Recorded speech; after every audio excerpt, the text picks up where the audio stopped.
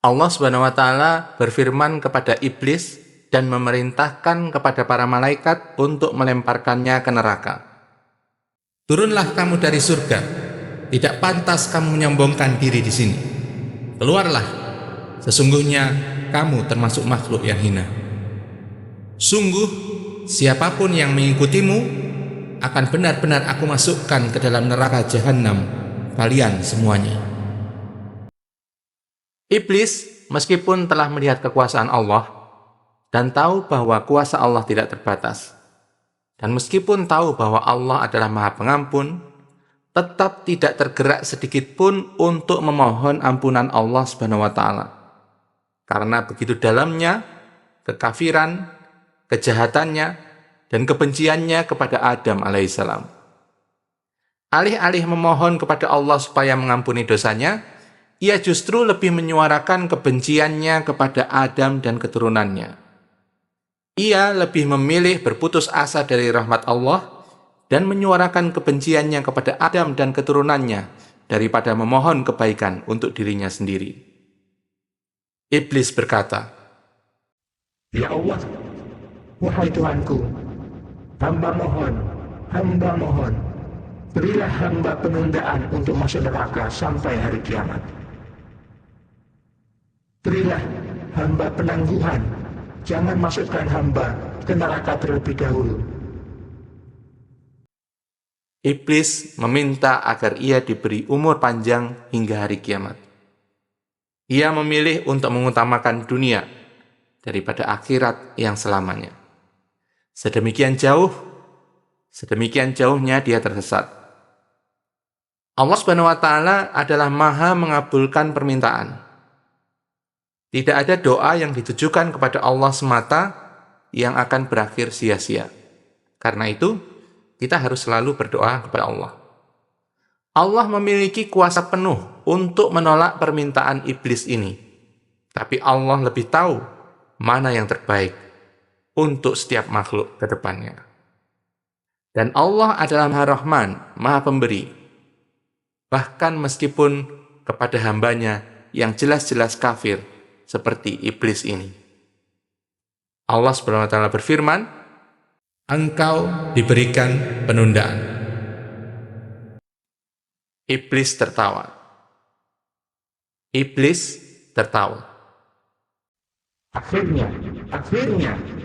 Akhirnya tercipta suatu cara untuk melampiaskan kebencianku kepada Adam dan anak-anaknya. Ya Allah, demi keagunganmu, demi kemuliaanmu, selama hamba-hambamu masih bernafas, aku tidak akan pernah berhenti menyesatkan mereka, agar mereka berbuat maksiat dan kekafiran.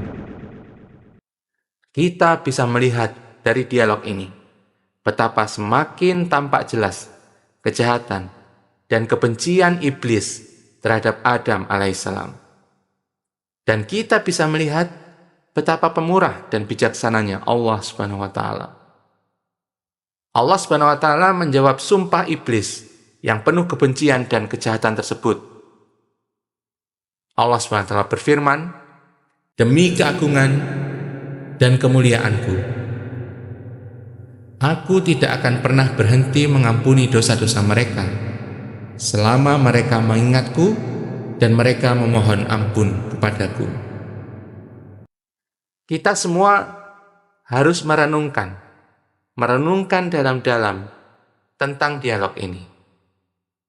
Betapa berulang kali di dalam Al-Quran Allah Subhanahu wa taala menyebutkan bahwa iblis adalah musuh yang nyata bagi kita dan bahaya yang nyata dalam menghalangi kita dari kembalinya kita kepada kasih sayang dan surga Allah Subhanahu wa taala. Kita harus senantiasa menyadari dalam kehidupan kita sehari-hari bahwa dalam hati kita akan ada suara-suara, akan ada ajakan-ajakan yang mengajak kita kepada kejahatan. Akan ada bisikan-bisikan yang mengajak kita untuk memperturutkan hawa nafsu kita. Itu adalah bukti nyata bahwa bisikan iblis dan pasukannya itu benar adanya. Dan hendaknya kita senantiasa memperhatikan setiap bisikan yang berasal dari diri kita, dan kita senantiasa memohon dan bergantung kepada Allah SWT untuk ditunjukkan kepada Shiratal Mustaqim, jalan yang lurus kepada Allah, jalan yang meninggalkan ajakan-ajakan dari iblis yang mengendarai hawa nafsu kita. Demi Allah, bisikan iblis itu nyata. Allah SWT memperingatkan kita bahwa ia nyata, dan kebencian iblis kepada kita adalah nyata. Dan iblis dan pasukannya itulah yang harus kita kenali bisikannya di dalam diri kita. Dan kita harus selalu berusaha membersihkan diri dari bisikan-bisikannya. Nama Azazil pun diharamkan untuk iblis. Karena Azazil berarti hamba atau kebanggaan, al-izzah dan al-il. Al-il adalah penyebutan untuk Allah SWT. Tapi karena perbuatannya yang menentang Allah, maka identitas lamanya terputus, hangus, tidak berlaku, dan bahkan diharamkan.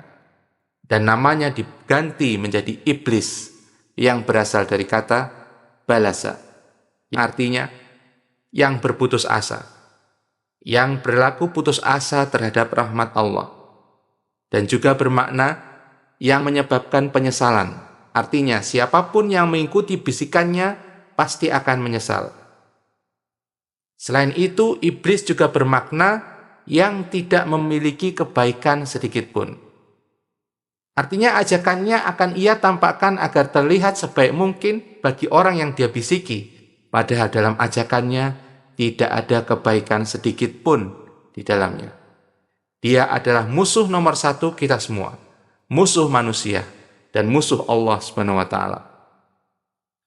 Allah SWT mengusir iblis yang terlaknat. Keluarlah kamu dari surga itu, terhina dan terusir. Sesungguhnya barang siapa di antara mereka yang mengikuti kamu, benar-benar aku akan mengisi neraka jahanam dengan kalian semuanya.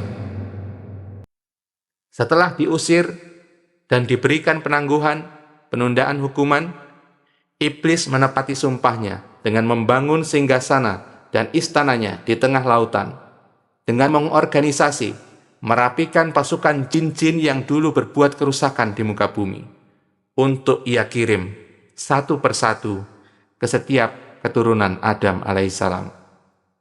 Tempat ini ia jadikan pusat kerajaannya untuk merusak umat manusia, merusak manusia dari fitrah mereka yang seharusnya berada dalam jalan kembali menuju surga, jadi berbelok dan menjadi penghuni neraka.